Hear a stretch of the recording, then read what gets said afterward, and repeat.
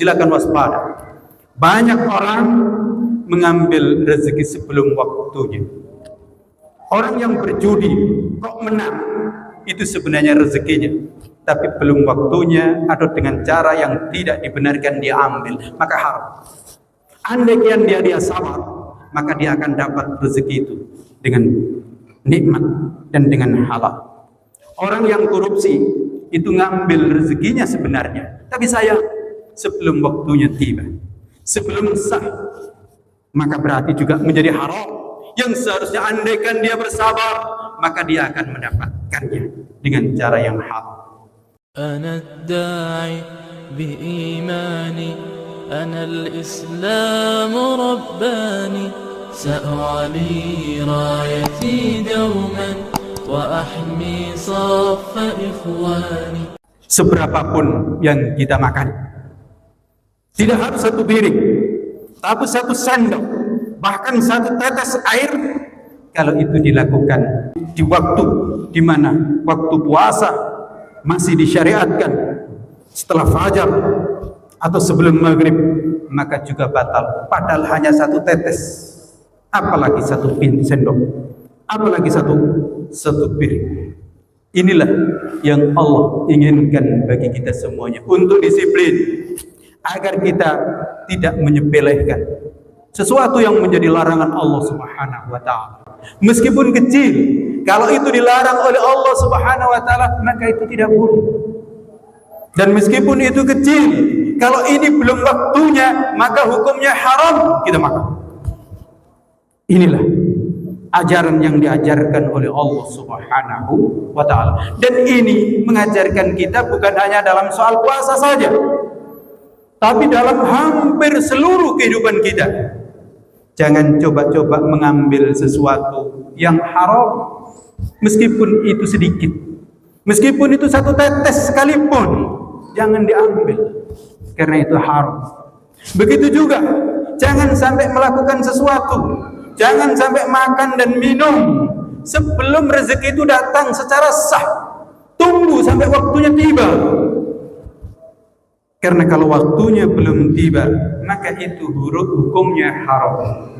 Rezeki ini seharusnya Allah berikan kepada kita, rezeki dari Allah.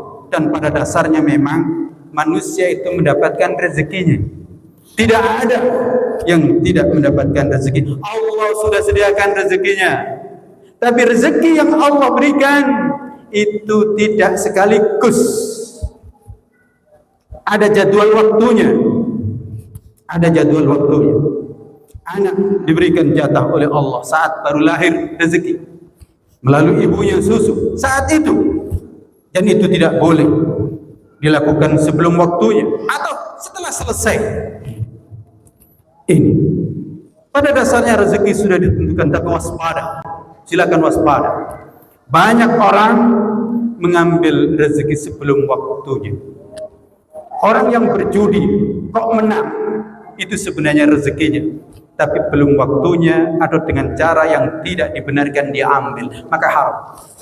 Andaikan dia sabar, maka dia akan dapat rezeki itu dengan nikmat dan dengan halal. Orang yang korupsi itu ngambil rezekinya sebenarnya, tapi sayang sebelum waktunya tiba, sebelum sah, maka berarti juga menjadi haram. Yang seharusnya andaikan dia bersabar, maka dia akan mendapatkannya dengan cara yang halal. Termasuk yang mencuri, yang ini dan itu. Maka hati-hati, sesuatu itu bisa haram ketika waktunya belum tiba. Dan ini penting. Bahkan sholat pun sebelum waktunya tiba tidak sah dilakukan. Dan tidak bisa mengatakan, ya Allah saya sholat duluan karena saya mau pergi. Tidak bisa. Sholat zuhur jam 11:30 atau jam 10 hanya gara-gara karena mau pergi, tidak bisa. Tidak sah sholat itu dilakukan. Begitu juga kalau sholat itu dilakukan setelah waktunya, tidak bisa juga, karena semua ada ketentuannya. Abnai, anak-anakku sekalian, maka silakan camkan di dunia ini dan nanti di akhirat, tidak ada orang yang sukses kecuali disiplin dengan baik. Kapan dia melakukan sesuatu sesuai dengan yang ditentukan oleh Allah Subhanahu wa taala, dan jangan coba-coba, istilahnya nyicip sesuatu yang belum saatnya diberikan, baik dalam hal materi, dalam hal waktu dan seterusnya. Jangan, disiplinlah dengan baik kapan ditentukan, termasuk dalam kehidupan kalian di pondok pesantren. Ditentukan kapan pulang, jam berapa pulang, ada ketentuan, dan semuanya itu ada hikmah di balik itu. Maka silakan dalam hidup untuk dipegang teguh kedisiplinan ini, dan itulah puasa mengajarkan kepada kita. Untuk apa kita puasa bisa disiplin, tapi kemudian dalam kehidupan yang lain tidak bisa disiplin? Maka itu tidak sukses. Man lam yada qawla zur wal amala bihi falaysa lillahi hajatun ayyada'a ta'ama wa syaraba. Siapa yang tidak mau meninggalkan keburukan dan tidak mau meninggalkan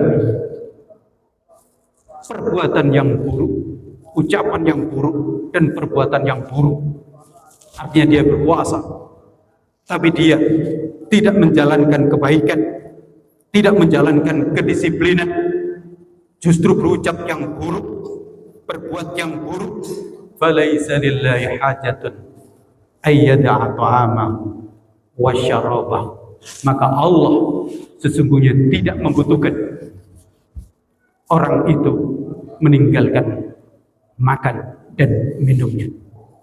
Oleh karena itu, mari kita pegang teguh disiplin dengan baik, disiplin memegang ajaran yang dibawa Nabi Muhammad sallallahu alaihi wasallam.